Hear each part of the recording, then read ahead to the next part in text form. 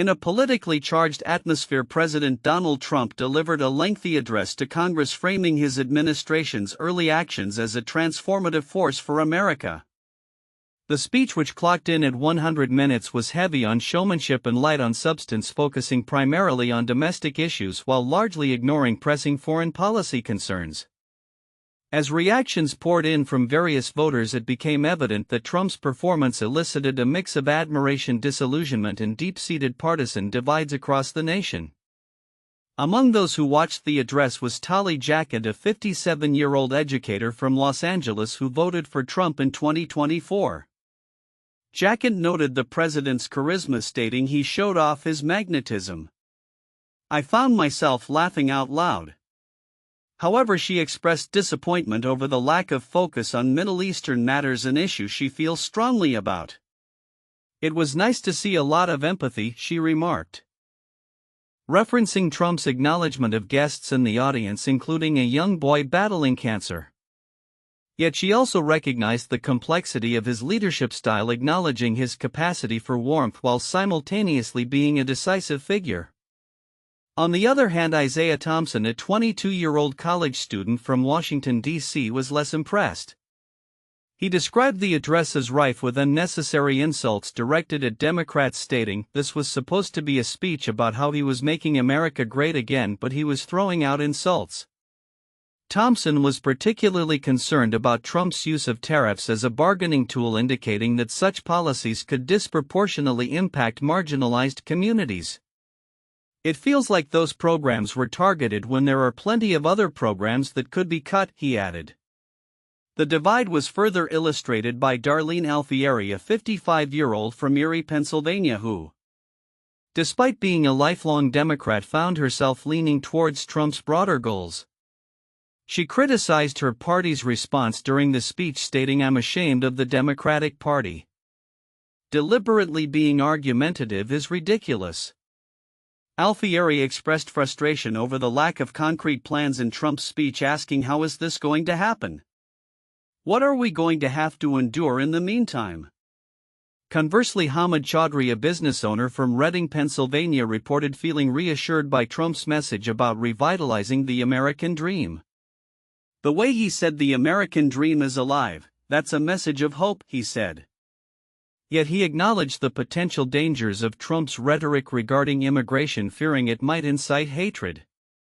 Chaudhry appreciated the focus on American manufacturing and local issues, though he remained cautious about the implications of the president's tariffs.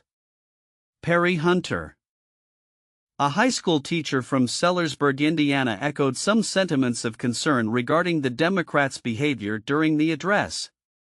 He pointed out that their refusal to applaud significant moments like the recognition of a cancer survivor reflected poorly on their party. "If they can't get past their partisanship, it reinforces that the Democratic Party is not for regular Americans," he said, emphasizing Trump's ability to connect with the public. Jamie Escobar Jr., the mayor of Roma, Texas, who switched his voting allegiance to Trump due to local immigration challenges, highlighted the president's focus on immigration as a positive step. "Illegal crossings have gone down significantly. Trump is accomplishing what many of the people who voted for him were hoping he would accomplish," he stated. Although he expressed concerns about how ongoing trade tensions might affect his community. As Trump's speech drew both applause and protests within the chamber, it underscored the stark divisions in American politics. The president's combative style and focus on culture wars over bipartisan unity left many wondering about the implications for governance in the months to come. With tariffs set to take effect and ongoing tensions in both domestic and foreign arenas, the unfolding political landscape promises to be contentious. The responses from voters reflect not only their hopes and frustrations but also the broader challenges that lie ahead as the nation grapples with its deeply entrenched partisan divides. In a historic address to Congress on March 4, 2025, President Donald Trump delivered a lengthy and polarizing speech that showcased both his achievements and his contentious relationship with Democratic lawmakers. Clocking in at a staggering 100 minutes. This address marked the longest presidential speech to Congress, reminiscent of a campaign rally rather than a formal legislative update. It was a moment that not only roused his Republican base but also deepened the existing divides within American politics. Trump's speech, described by many analysts as a made-for-television event, began with a series of accolades for his administration, which he claimed was just getting started despite a tumultuous few weeks that saw significant upheaval in U.S. foreign policy and a wave of government layoffs. Like many things with Donald Trump, it was a record-breaking speech, at least in length, noted France 24's Washington correspondent Fraser Jackson. However, instead of fostering national unity, Trump's address set an adversarial tone targeting his predecessor, President Joe Biden, whom he labeled the worst president in history, while dismissing Democrats as a hopeless cause. Throughout the address, Trump leaned heavily into cultural themes, articulating his opposition to affirmative action, diversity initiatives, and transgender rights. Wokeness is trouble, he declared, prompting enthusiastic applause from Republican members, while Democrats responded with silence and placards reading lies. Professor David Schultz from Hamline University remarked, "It wasn't a speech to unite America but one that played on divisions that are already there." While the speech was replete with domestic issues, Trump's treatment of foreign policy was notably sparse and vague. After weeks of aggressive rhetoric surrounding the Ukraine conflict and recent tensions in the Middle East, he dedicated only a few minutes to these topics. Trump reiterated his intention to take control of the Panama Canal and Greenland, echoing previous statements that have drawn skepticism. Notably, he revealed a letter from Ukrainian President Volodymyr Zelensky indicating Ukraine's willingness to negotiate peace, a potential sign of thawing relations after a public spat between the two leaders. Trump's approach to foreign affairs has been met with concern from allies, particularly following his recent suspension of military aid to Ukraine. This move has shaken the foundations of U.S. commitments to European security, prompting worries among NATO allies.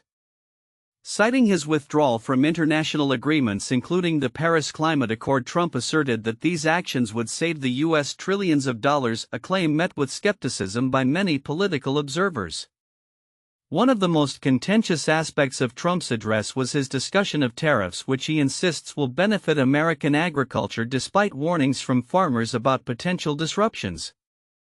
It might cause a disturbance, he acknowledged, indicating a rare moment of concession. Yet his sweeping claims of tariff benefits were met with apprehension from both sides of the political aisle, reflecting a growing divide within the Republican Party. As Trump seeks to solidify his agenda, the speech underscored the stark polarization in American politics.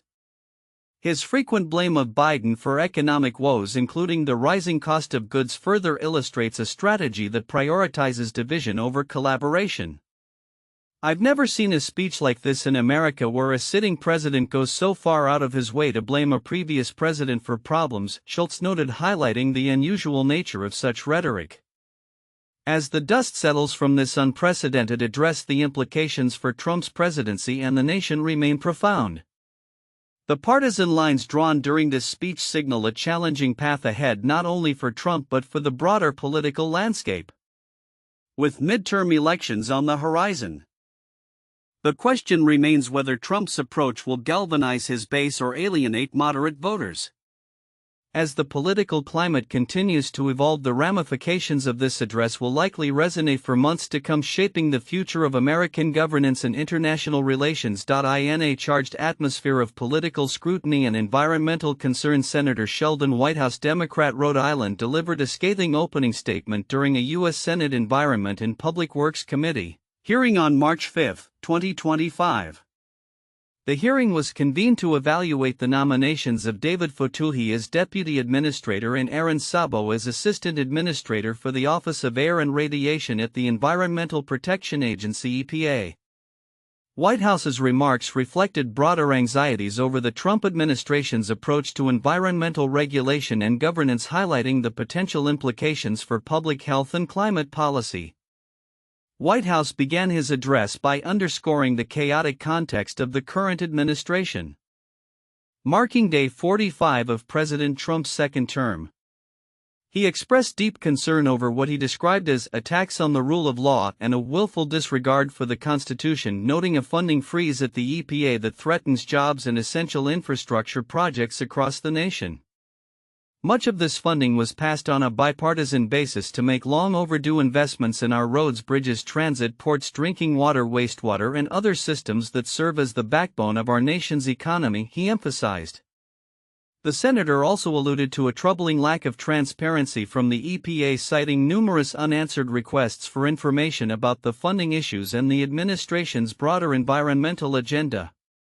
He recounted a series of letters sent to EPA Administrator Zeldin that had garnered minimal responses, further fueling skepticism about the direction of environmental policy under the new administration. Central to White House's critique was the nomination of Fotouhi, whose past work defending major polluters such as Chevron and Sunoco raised eyebrows. It remains difficult for me to understand how someone who has made a career defending the very industries that destroy our environment has any business now being entrusted to protect it, White House stated. This skepticism was echoed in his remarks about Sabo, identified as a contributor to Project 2025, a controversial right-wing initiative aimed at dismantling federal regulations. White House connected Sabo's history with the America First Policy Institute, a think tank aligned with Trump and funded by fossil fuel interests, to a broader strategy of weakening environmental protections. Is this really how we protect clean air and clean water? He questioned, expressing a strong desire for the nominees to demonstrate a commitment to environmental integrity distinct from the agenda of their predecessors. White House's comments reflect a significant concern among many lawmakers about the potential rollback of critical environmental regulations, particularly the EPA's endangerment finding, which recognizes greenhouse gases as a threat to public health. The implications of these nominations extend beyond the immediate political landscape. They also resonate with ongoing discussions about climate change, public health, and economic stability. As White House noted, the consequences of inaction on climate change are already manifesting in rising insurance premiums and increasing grocery prices, issues that disproportionately affect lower-income families. As the hearing unfolded, it became clear that the nominees' responses would be closely scrutinized, with White House and other committee members poised to challenge any attempts to sidestep accountability. The stakes are high, not only for the future of the EPA but also for the broader environmental policy landscape in the United States.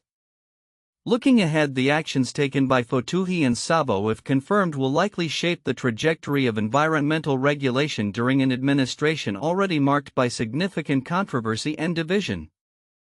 As the country grapples with urgent climate challenges, the Senate's deliberation over these nominations will serve as a critical test of its commitment to preserving environmental integrity amidst a rapidly shifting political environment. In a dramatic turn of events during President Trump's address to Congress on March 4, 2025, Texas Congressman Al Green was removed from the House chamber after vocally protesting the president's remarks.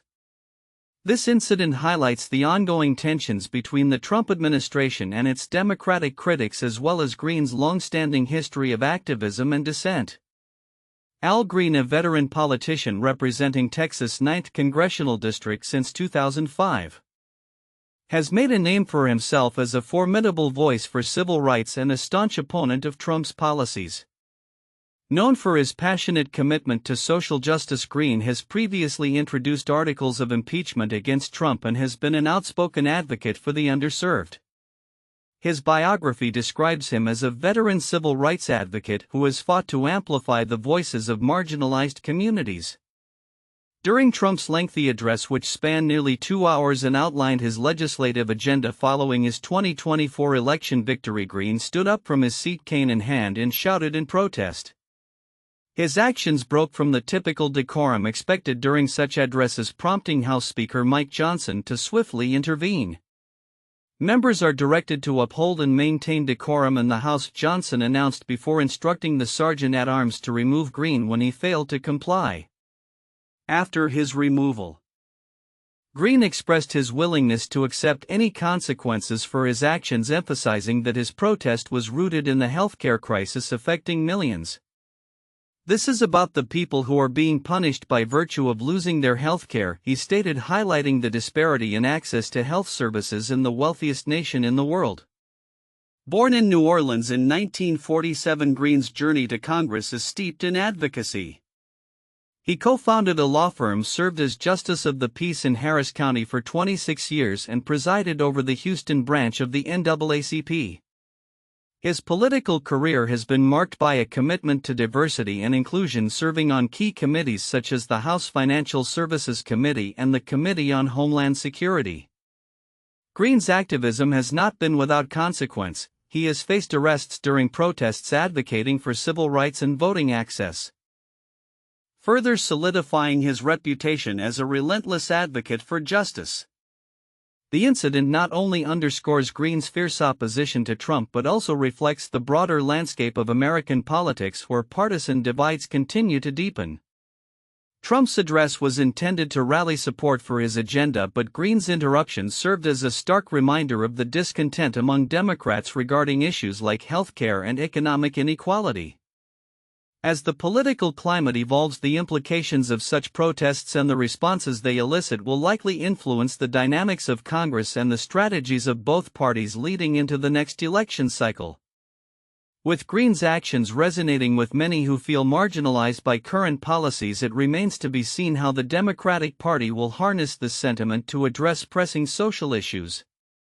Looking ahead, the aftermath of this incident raises questions about the future of political discourse in the United States. Will we see more open dissent in formal settings, or will such actions lead to increased calls for decorum and civility? As the nation grapples with critical challenges, the balance between protest and parliamentary procedure will continue to be tested, setting the stage for heightened political engagement in the months to come. In a pivotal decision that underscores the ongoing tensions within American governance, the U.S. Supreme Court has decisively rejected President Donald Trump's emergency request to freeze nearly $2 billion in foreign aid. Delivered on March 5, 2025, the ruling marked a notable moment in the Trump administration's turbulent relationship with foreign aid and domestic governance, as the court's 5-4 vote illuminated the ideological divides within the judiciary and the executive branches. The case, which revolved around the U.S. Agency for International Development (USAID) and the aid halted on Trump's first day in office, was met with a swift response from the court. Chief Justice John G. Roberts Jr. and Justice Amy Coney Barrett sided with the court's 3 liberal justices, asserting that a lower court should clarify the government's obligations regarding aid disbursements. The unsigned order indicated that the court was prepared to closely scrutinize the administration's plans, suggesting a challenging landscape for Trump's future initiatives. The backdrop of this legal battle reveals the broader implications of Trump's aggressive foreign policy stance, particularly his attempts to reshape government spending priorities. Justice Samuel Alito, representing the dissenting opinion alongside 3 other justices, expressed deep concern over what he viewed as judicial overreach. Does a single district court judge who likely lacks jurisdiction have the unchecked power to compel the government of the United States to pay out and probably lose forever $2 billion taxpayer dollars? Alito questioned, highlighting the potential ramifications for executive power and the rule of law. This ruling comes amid significant challenges for the Trump administration, including the suspension of military aid to Ukraine, which has drawn criticism for undermining U.S. support for an ally engaged in conflict with Russia. CIA Director John Ratcliffe had previously indicated that intelligence sharing with Ukraine had also stalled, a move perceived as leverage against the Ukrainian government to align more closely with Trump's objectives for peace negotiations. However, recent statements from Ukrainian President Volodymyr Zelensky suggest a willingness to engage, potentially signaling a thawing of relations. The fallout from the Supreme Court's decision is likely to extend beyond foreign aid. Critics of Trump's administration have argued that the freeze on aid has led to severe humanitarian consequences worldwide, jeopardizing medical support and food security for millions. Nonprofit organizations have mounted legal challenges, asserting that the freeze violates congressional appropriations and poses a threat to global stability. Moreover, the ruling could set a precedent for future confrontations between the judiciary and the executive branch, particularly as Trump continues to pursue a radical agenda. The court's insistence on clarity regarding the government's obligations may compel the administration to more carefully navigate its legal and ethical responsibilities in foreign aid and other areas of governance. As the Trump administration grapples with this judicial setback, it also faces scrutiny over its broader policy initiatives, including recent proposals to sell off federal properties and a contentious push for trade tariffs. The political landscape remains fraught with uncertainty, and the implications of the Supreme Court's decision may resonate well into the future, reshaping the contours of executive authority in foreign policy in the United States. In conclusion, the Supreme Court's ruling not only marks a significant moment in the ongoing saga of Trump's presidency but also serves as a reminder of the delicate balance of power within the federal government. With the court signaling its readiness to challenge executive overreach, future developments will be closely watched as they could redefine the interplay between the branches of government and their responsibilities to the American public and the international community.